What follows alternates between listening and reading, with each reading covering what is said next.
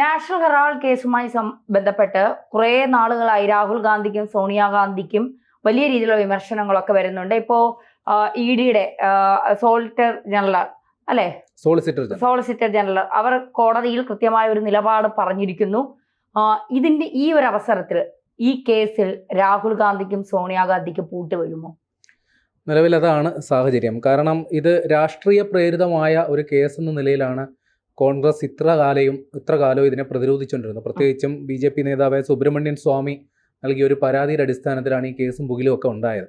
അതുകൊണ്ട് സ്വാഭാവികമായും ഇത് രാഷ്ട്രീയ പ്രേരിതമായ ഒരു ആരോപണമാണ്, കേസാണ് എന്ന രീതിയിലാണ് കോൺഗ്രസ് ഇതുവരെ വ്യാഖ്യാനിച്ചുകൊണ്ടിരുന്നത്. എന്നാൽ ഇപ്പോൾ കോടതിയിൽ, ഡൽഹി റോസ് അവന്യൂ കോടതിയിൽ കുറ്റപത്രം പരിശോധിക്കുന്നതിനിടയിൽ ഏതാണ്ട് കഴിഞ്ഞ ഏപ്രിൽ 15-നാണ് ഈ കേസ് സംബന്ധിച്ച കുറ്റപത്രം ED കോടതിയിൽ സമർപ്പിച്ചത്. അപ്പോൾ ആ കുറ്റപത്രം പരിഗണിക്കണോ വേണ്ടയോ തുടങ്ങിയ വാദങ്ങൾക്കിടയിലാണ് സോളിസിറ്റർ ജനറൽ ഇതുമായി ബന്ധപ്പെട്ട കൃത്യമായ ഒരു വിവരം, എത്ര കോടി രൂപയുടെ തട്ടിപ്പ് ഇതിൽ നടന്നിട്ടുണ്ട് എന്നുള്ള കാര്യം പറഞ്ഞിരിക്കുന്നത്. അതായത് 142 കോടി രൂപയുടെ കള്ളപ്പണം ഈ നാഷണൽ ഹെറാൾഡ് കേസുമായി ബന്ധപ്പെട്ട് സോണിയാഗാന്ധിയും രാഹുൽ ഗാന്ധിയും അടക്കമുള്ളവർ വെളുപ്പിച്ചിട്ടുണ്ട് എന്നുള്ള ഒരു ഗുരുതരമായ ആരോപണമാണ്. അതിന് വിചാരണ മറ്റു കാര്യങ്ങളൊക്കെ പൂർത്തിയാക്കി ഈ കേസ് തെളിയിക്കേണ്ടതുണ്ട്. എന്നാലും രേഖകളുടെ അടിസ്ഥാനത്തിൽ, കിട്ടിയ വിവരങ്ങളുടെ അടിസ്ഥാനത്തിൽ, തെളിവുകളുടെ അടിസ്ഥാനത്തിൽ സോളിസിറ്റർ ജനറൽ കോടതി അറിയിച്ച വിവരമാണിത്.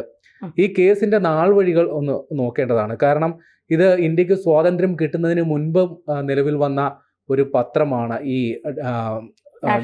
നാഷണൽ ഹെറാൾഡ് എന്ന് പറയുന്നത്. ഏതാണ്ട് 1938-ലാണ് ഈ പത്രം പ്രസിദ്ധീകരണം ആരംഭിച്ചത്. അപ്പോൾ സ്വാതന്ത്ര്യ സമരകാല ചരിത്രത്തിൽ ഇന്ത്യൻ നാഷണൽ കോൺഗ്രസുമായി ബന്ധപ്പെട്ട നിരവധി വാർത്തകളും അവർക്ക് അനുകൂലമായ ലേഖനങ്ങളും ഒക്കെ പ്രസിദ്ധീകരിച്ച് ആ ഒരു രാഷ്ട്രീയ ചായ്വുള്ള ഒരു പത്രമാണ് നാഷണൽ ഹെറാൾഡ്. സ്വാതന്ത്ര്യ ലബ്ധിക്ക് ശേഷം അത് ഇന്ത്യൻ നാഷണൽ കോൺഗ്രസിൻ്റെ മുഖപത്രമായി മാറുകയും ചെയ്ത ഒരു ചരിത്രമുള്ള ഒരു പത്രം കൂടിയാണ്. പിന്നീട് ഈ കാലക്രമേണ നമുക്കറിയാമല്ലോ, ഈ പത്രങ്ങൾക്ക്, പുതിയ തലമുറ മാധ്യമ മേഖലയിൽ പത്രങ്ങൾക്ക് പിടിച്ചു നിൽക്കുക പ്രയാസമാണ്. അങ്ങനെ സ്വാഭാവികമായും മറ്റ് പത്രങ്ങൾക്ക് എന്ന പോലെ ഈ പത്രത്തിനും വലിയ സാമ്പത്തിക ബാധ്യത ഉണ്ടാകുകയും സാമ്പത്തിക പ്രതിസന്ധിയിലേക്ക് പോവുകയും ചെയ്തു. ഏതാണ്ട് 2008-ൽ ഈ പത്രം പ്രസിദ്ധീകരണം ഏതാണ്ട് പൂർണ്ണമായും അടച്ചുപൂട്ടുന്ന ഒരു സ്ഥിതിയും ഉണ്ടായി. നമുക്കറിയാവുന്ന പോലെ UPA സർക്കാർ അടക്കമുള്ള കോൺഗ്രസ് ദീർഘകാല കേന്ദ്രത്തിൽ അധികാരത്തിലിരുന്നിട്ട് പോലും കോൺഗ്രസിൻ്റെ മുഖപത്രത്തിന് ഈ ഗതി ഉണ്ടായി എന്നുള്ളതാണ് അവസ്ഥ. ഏതാണ്ട് 90 കോടി രൂപയുടെ ഒരു കടബാധ്യതയാണ് ആ സമയത്ത് ഈ പത്രത്തിനുണ്ടായിരുന്നത്. പിന്നീട് ഈ നാഷണൽ ഹെറാൾഡിനെ കുറിച്ച് ഒരു അനക്കമില്ലാത്ത, ഏതാണ്ട് മരിച്ച് ഫ്രീസറിൽ ഇരിക്കുന്ന പോലുള്ളൊരവസ്ഥയായിരുന്നു. പിന്നീട് ഈ പത്രത്തെ പൊടിതട്ടി എടുക്കുന്നതിന് വേണ്ടിയിട്ട് രാഹുൽ ഗാന്ധിയും സോണിയാഗാന്ധിയും ഒക്കെ ഉൾപ്പെടുന്ന ഒരു കമ്പനി രൂപീകൃതമാകുന്നു. ആ കമ്പനിയുടെ പേര് യങ് ഇന്ത്യ എന്ന പേരിലുള്ള കമ്പനിയാണ്. ഈ കമ്പനി ഈ പത്രം ഏറ്റെടുക്കുന്നു. ഞാൻ നേരത്തെ പറഞ്ഞു, ഈ പത്രത്തിന് പതിറ്റാണ്ടുകളുടെ പാരമ്പര്യമുണ്ട്. 1938-ൽ രൂപീകൃതമായ ഒരു പത്രമാണ്. സ്വാഭാവികമായും അന്നു മുതൽ ഇത് പല സ്വത്തുക്കളും ആർജിച്ചിട്ടുണ്ട്. ഏതാണ്ട് ഇന്ത്യയുടെ പ്രധാന നഗരങ്ങളായ ഡൽഹി, മുംബൈ, ബാന്ദ്ര, ലക്നൗ തുടങ്ങിയ സ്ഥലങ്ങളിലെല്ലാം ബഹുനില കെട്ടിടങ്ങളും മറ്റ് ഭൂസ്വത്തുക്കളുമെല്ലാം ഈ പത്രത്തിൻ്റെ പേരിലുണ്ട്. ഏതാണ്ട് രാഷ്ട്രീയ ആരോപണം എന്ന് തന്നെ പറയാം, ഏതാണ്ട് 2000 കോടി രൂപയോളം ഇതിനെല്ലാം മൂല്യം കണക്കാക്കുന്നുണ്ട്. അപ്പോൾ ഇത്രയും വലിയ ഒരു സ്വത്തുവകകളുള്ള ഒരു സ്ഥാപനമാണ് ഈ നാഷണൽ ഹെറാൾഡ് എന്ന് പറയുന്ന പത്രസ്ഥാപനം. അപ്പോൾ ഈ പത്രസ്ഥാപനത്തെ സോണിയാഗാന്ധിയുടെയും രാഹുൽ ഗാന്ധിയുടെയൊക്കെ ഉടമസ്ഥതയിലുള്ള യങ് ഇന്ത്യ എന്ന് പറയുന്ന കമ്പനി ഏറ്റെടുക്കുന്നു. ആ പത്രത്തെ പുനരവതരിപ്പിക്കുക എന്ന ലക്ഷ്യത്തോടു കൂടിയാണ് വന്നത്. പക്ഷേ ആ കേസുമായി ബന്ധപ്പെട്ട് വലിയൊരു ആരോപണം പിന്നീടുണ്ടായി. കാരണം ഈ പത്രത്തിൻ്റെ നടത്തിപ്പുകാർ, അല്ലെങ്കിൽ എൻ്റെ ഉടമസ്ഥർ എന്ന് പറയുന്നത് ഏതാണ്ട് 5000-ഓളം സ്വാതന്ത്ര്യ സമര സേനാനികളാണ്. അപ്പോൾ ഞാൻ നേരത്തെ പറഞ്ഞല്ലോ, ഇത് സ്വാതന്ത്ര്യ സമര ചരിത്രകാലവുമായിട്ട് ബന്ധമുള്ളതാണ്. ഇവരുടെ ബന്ധുക്കൾ ഇതിൽ പരാതിയുമായി രംഗത്ത് വന്നു. അതായത് ഈ രാഹുൽ ഗാന്ധിയുടെയും സോണിയാഗാന്ധിയുടെയൊക്കെ നേതൃത്വത്തിൽ ഈ സ്വത്തുക്കൾ തട്ടിയെടുത്തു. അങ്ങനെ ഇവർ ഈ പരാതിയുമായി രംഗത്ത് വന്നതോടുകൂടിയാണ് ഈ കേസ് സജീവ ചർച്ചാ വിഷയമാകുന്നതും സുബ്രഹ്മണ്യൻ സ്വാമി വിഷയത്തിൽ ഇടപെടുന്നതും കേസ് ഫയൽ ചെയ്യുന്നതും. തുടർന്ന് നടത്തിയ അന്വേഷണത്തിൽ ഇതിൽ കഴമ്പുണ്ട് എന്ന് ED കണ്ടെത്തി. അപ്പോൾ EDയുടെ അന്വേഷണമൊക്കെ അട്ടിമറിക്കുക, അല്ലെങ്കിൽ അത് തടയാനായിട്ട് നിയമപരമായി തന്നെ ചില നീക്കങ്ങളൊക്കെ നടത്തി നോക്കി. പക്ഷേ സുപ്രീം കോടതി അത് തടഞ്ഞു. ആ നീക്കം വിജയിക്കാൻ സാധിച്ചില്ല. അങ്ങനെ ED അതിൻ്റെ അന്വേഷണ നടപടികളുമായി മുന്നോട്ട് പോവുകയും ഏതാണ്ട് 751.9 കോടി രൂപയുടെ സ്വത്തുവകൾ 2023 നവംബറിൽ കണ്ടുകെട്ടുകയും ചെയ്തു. ED കണ്ടെത്തിയ ഒരു സുപ്രധാന സംഗതി, ഈ നേരത്തെ പറഞ്ഞല്ലോ യങ് ഇന്ത്യ എന്ന് പറയുന്ന ആ ഒരു കൺസോർഷ്യം, അവർ ഈ സ്വത്തുക്കൾ കൈക്കലാക്കുകയും അതോടൊപ്പം തന്നെ അതിൽ നിന്നുള്ള ആനുകൂല്യങ്ങൾ, അതായത് ഇപ്പോൾ അവിടെ ഒരു മരം നിപ്പുണ്ട്, ആ മരം കായ്ച്ച് അതിൻ്റെ ഫലം ഉപയോഗിച്ചാൽ പോലും അങ്ങനെ തന്നെയാണ് കരുതേണ്ടത്.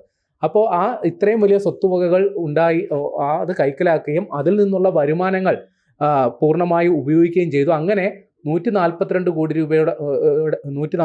കോടി രൂപയുടെ വെട്ടിപ്പ് ഈ രീതിയിൽ ഉണ്ടായി എന്നുള്ള ഗുരുതരമായ കണ്ടെത്തൽ, ആ രീതിയിലുള്ളൊരു കുറ്റപത്രമാണ് ഇപ്പോൾ ഡൽഹി റോസ് അവന്യൂ കോടതിയിൽ കൊടുത്തിട്ടുള്ളത്.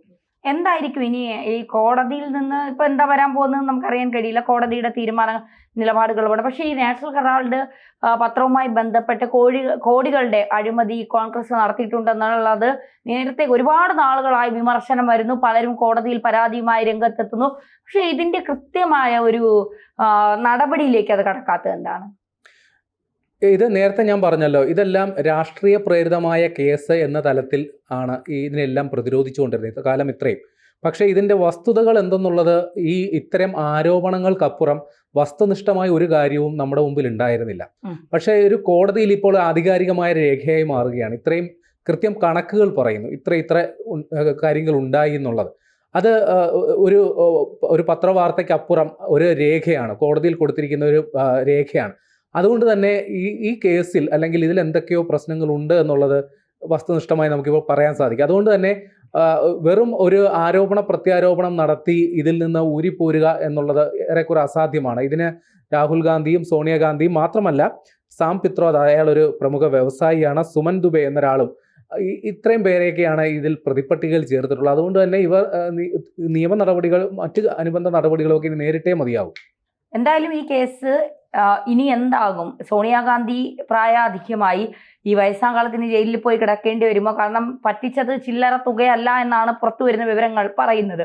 ഇത് അനുസരിച്ച് രാഹുൽ ഗാന്ധിയുടെ രാഷ്ട്രീയ ഭാവി, അല്ലെങ്കിൽ അതില്ല, ഇനി ഇതും കൂടെ വരുമ്പോൾ എന്താകും രാഷ്ട്രീയ ഭാവി എന്നൊക്കെയുള്ളത് കണ്ടു തന്നെ അറിയണം. ഞാനിപ്പോൾ ചിന്തിക്കുന്നത്, രാഹുൽ ഗാന്ധി ജയിലിലേക്ക് പോകേണ്ട തയ്യാറെടുപ്പുകളിലാണ്. പക്ഷെ തരൂർ ഇപ്പോൾ നമ്മുടെ രാജ്യത്തെക്കുറിച്ച് മറ്റ് രാജ്യങ്ങളിൽ സംസാരിക്കാനായി അമേരിക്കയിലേക്ക് പോകുന്ന പ്രതിനിധി സംഘത്തിലെ നേതാവായി തരൂറിനെ തിരഞ്ഞെടുത്തിരിക്കുന്നു എന്നുള്ളതാണ്. അപ്പോൾ തരൂർ അമേരിക്കയിലേക്കും പോകുന്നു, രാഹുൽ ജയിലിലേക്കും പോകുന്ന ഒരവസ്ഥയിലേക്കായിരിക്കും കാര്യങ്ങൾ എത്തുന്നത്, അല്ലേ?